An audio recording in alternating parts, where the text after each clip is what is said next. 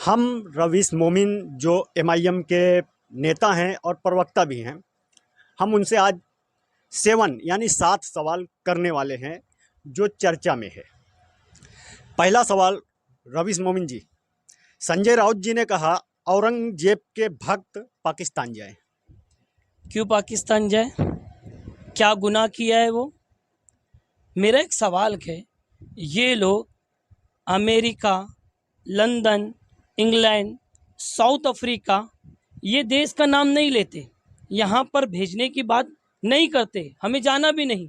हमारे बुजुर्गों ने इस देश को आज़ाद कराया कि, लेकिन इनसे मेरा एक सवाल है, ये बार बार पाकिस्तान का नाम क्यों लेते हैं? देश को बताए कि पाकिस्तान और इनका क्या है। हमारे आबा अजदा ने इस देश को आज़ाद किया। बार बार अक्सर कोई लीडर कहता है कि पाकिस्तान चले जाओ।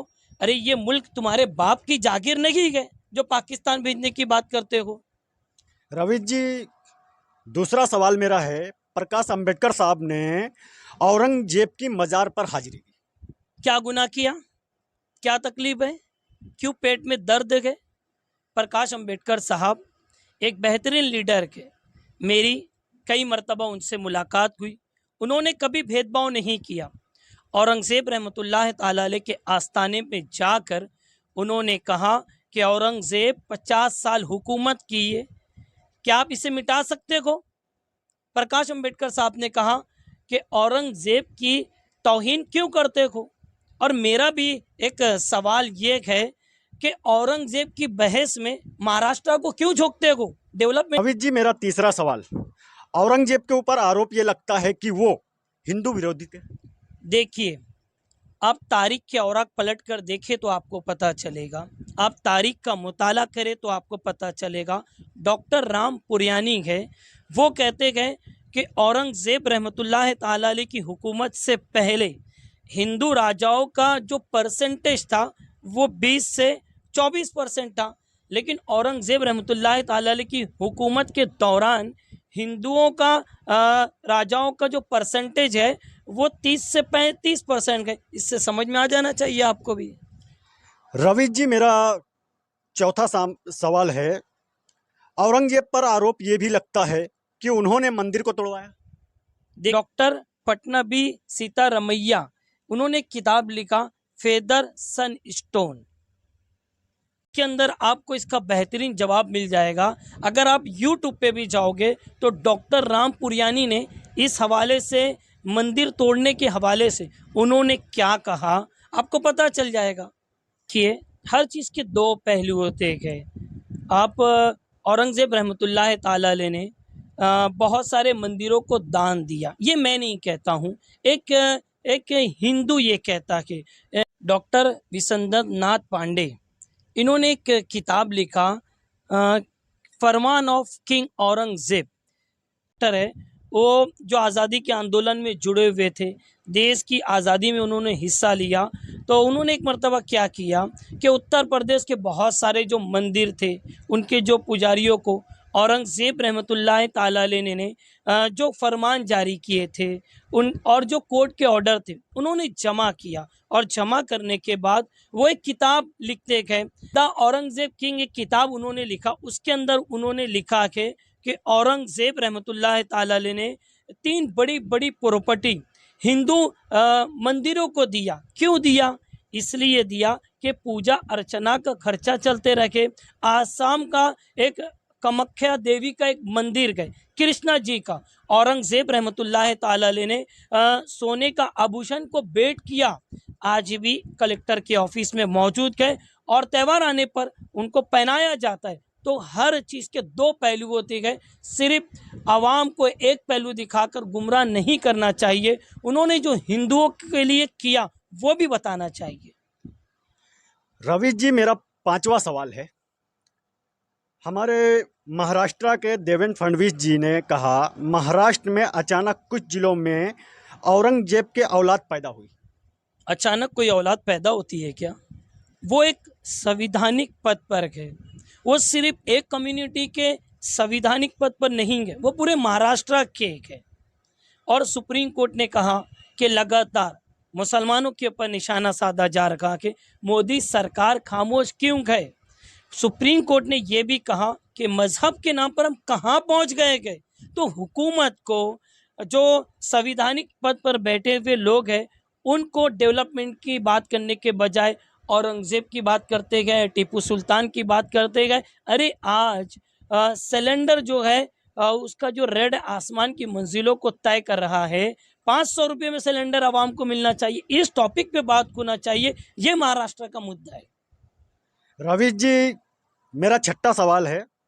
देवेंद्र फडणवीस जी ने ही कहा था औरंगजेब की औलाद कहाँ से पैदा हुई, इसके पीछे कौन है, इसका असली मालिक कौन है, ये सब हम ढूंढ के निकालेंगे। इनको पता है क्या कि असली मालिक कौन है? देखिए, इन्होंने जो बयान दिया देश समझ गया कि ये इशारा किसकी तरफ है। Indian constitution of India article 15 ये कहता है कि मज़हब, नस्ल, ज़ात की बुनियाद पर आप फ़र्क नहीं कर सकते।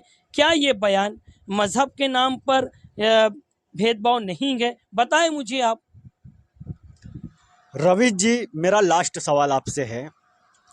औरंगजेब पर आरोप लगता है कि वो धन मांत्रण कराए।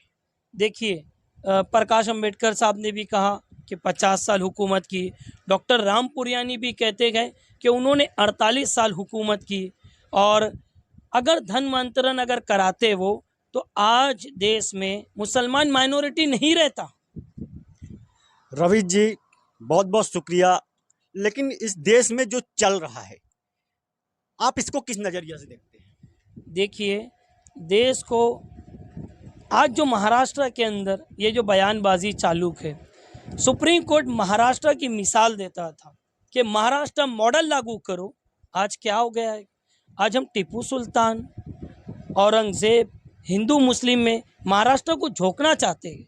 हमको महाराष्ट्र को डेवलपमेंट के अंदर हमको आगे लाने की ज़रूरत है। हमें फ़ख्र है कि हमारा ये महाराष्ट्र है, सबका महाराष्ट्र है। हमें डेवलपमेंट की बात करना चाहिए, ना कि हिंदू मुस्लिम पर।